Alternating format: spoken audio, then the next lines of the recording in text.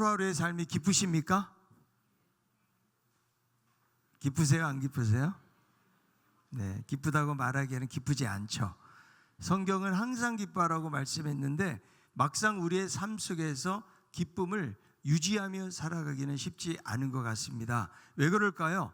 우리가 사는 세상이 우리를 기쁘게 하는 것이 아니고 우리가 힘들고 또 지치게 할 때가 많기 때문에 그런 것입니다.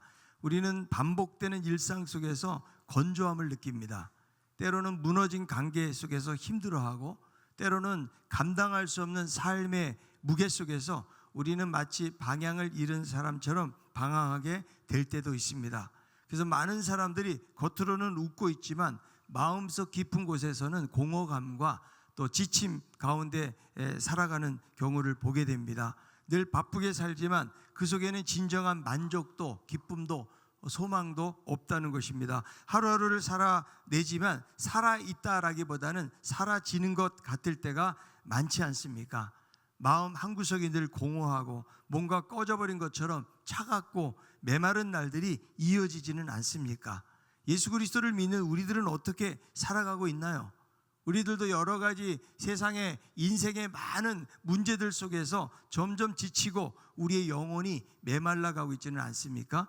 몸은 교회에 와 있고 사람들하고 웃으면서 인사하지만 정작 마음속은 메말라 있고 믿음은 조금 있는 것 같은데 영혼은 말라 빠진 뼈처럼 무너져 있지는 않습니까?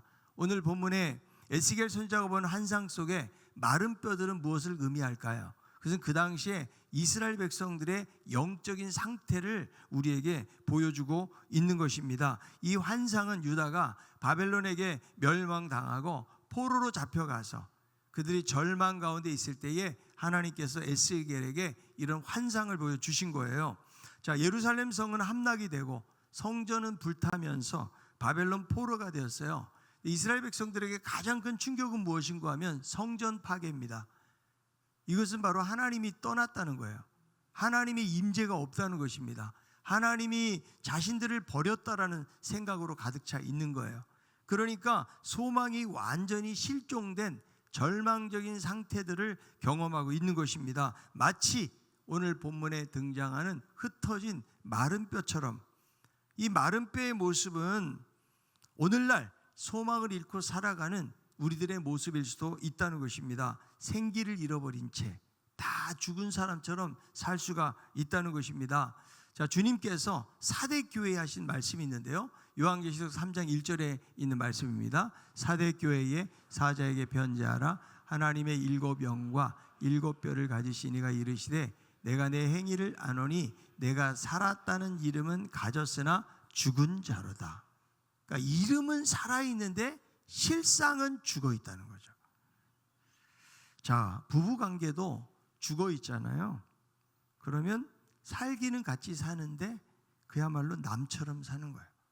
부부관계가 죽어 있으면 싸움도 안 해요. 다 죽어가지고. 교회도 죽어 있잖아요. 조용합니다. 왜? 아무 일도 안 하기 때문에. 그런데 살아있는 교회일수록 시끄럽다는 거예요. 나이가 들수록 많은 사람들이요 귀찮아합니다. 움직이는 것을 싫어해요. 그런데 아이들 보세요. 쉴 새 없이 떠들고 돌아다녀요. 그게 살아있다는 증거고 생명력이 넘친다는 증거라는 거예요. 저희 집에도 없던 아이가 갑자기 생겨가지고 요즘 조금씩 시끄러워지는 것 같아요. 이 신생아 때는 울음소리가 작았는데요. 이제 한 2달 돼 가니까 점점 소리가 커져가거든. 젖달라고 울고 쌌다고 울고. 예? 그러니까 말 못하니까 우는 것으로 표현하는데 집안 분위기가 달라지는 이유가 뭐냐면 새 생명이 있다는 거예요. 그래서 손녀가 20일 지나가지고 예방 접종을 한 거예요. 처음으로. 그러니까 처음으로 주사를 맞은 거예요. 그걸 우리 딸이 영상으로 찍어가지고 왔는데요. 그렇게 크게 오는 거죠. 처음 봤어요. 그래서 제 속으로 생각했어요. 야, 인생의 쓴맛을 내가 처음 보는구나. 이제 이런 생각을 했는데요. 예. 여러분, 살아있다는 것은 이렇게 막 시끄럽고 움직이는 거예요. 근데 지금 이스라엘의 상태는 지금 죽어 있는 거다. 그래서 하나님께서 에스겔을 죽은 뼈들로 가득 찬 이 골짜기로 인도하셔가지고 이들이 살아나는 것을 보여주거든요. 이것은 무엇을 말해줘요? 절망 중에 희망이 있다는 사실을 보여주고 있는 것이죠. 그래서 이 마른 뼈 환상은 아무리 절망 가운데 있는 공동체라고 할지라도 하나님의 능력으로 회복된다. 아멘? 그런 확실한 메시지를 우리들에게 보여주고 있는 것이죠. 자, 우리들도 신앙생활을 하지만 자칫하면 여러분 교회가 오래될수록 우리가 죽을 수 있다는 거예요. 생기가 없어요. 조용해요. 아무 일도 안 해요. 그리고 그 심령들이 메말라 있을 수 있다는 거죠. 그럴 때 과연 우리에게 어떤 회복이 되는지를 저는 말씀을 통해서 나누려고 하는 것입니다. 에스겔 37장 1절에 보니까 이제 이런 환상이 기록되어 있는데 1절 한번 읽어보겠습니다. 여호와께서 권능으로 내게 임재하시고 그의 영으로 나를 데리고 가서 골짜기 가운데 두셨는데 거기 뼈가 가득하더라. 지금 하나님께서 권능으로 에스겔에게 임하셔가지고 하나님의 영으로 성령으로 그를 인도해 가시는데 어디로 데리고 가요? 마른 뼈가 가득한 골짜기로 데리고 가신다는 거죠. 왜 이렇게 뼈가 많을까? 이것은 단순히 무슨 전쟁의 폐허를 보여주는 것이 아니고 지금 이스라엘의 영적인 상태를 지금 하나님께서 이렇게 보여주는 거죠.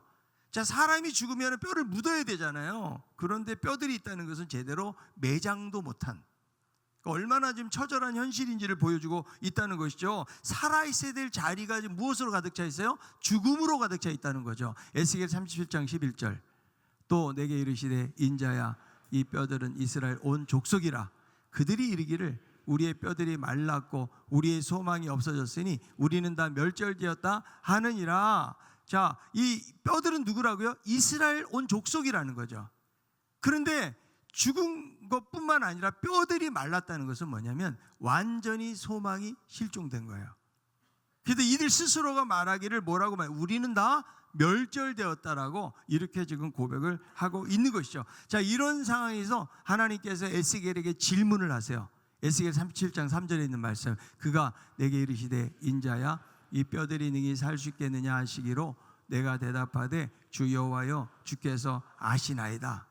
지금 앞으로 어떤 일이 벌어질지는 모르지만 하나님이 이런 말씀하시는 거예요. 인자야 이 뼈들이 살 수가 있겠느냐. 에스겔이 어떻게 대답을 할까요? 근데 에스겔의 대답을 보면 예, 살 수 있습니다. 아니요, 살지 못합니다. 이렇게 대답하지 않고 있다는 거죠. 사실 에스겔의 인간적인 눈으로 볼 때는 어떻게 지금 말라 빠져 있는 뼈가 살아날 수가 있을까요? 그런데 이런 대답 속에는 어떤 의미가 숨겨져 있는가 하면 전능하신 하나님이 함께 하시면 분명히 뼈들도 살아날 수 있습니다 라는 하나님의 주권을 인정하는 겸손한 고백이 이 안에 들어가 있는 것이죠. 그렇습니다.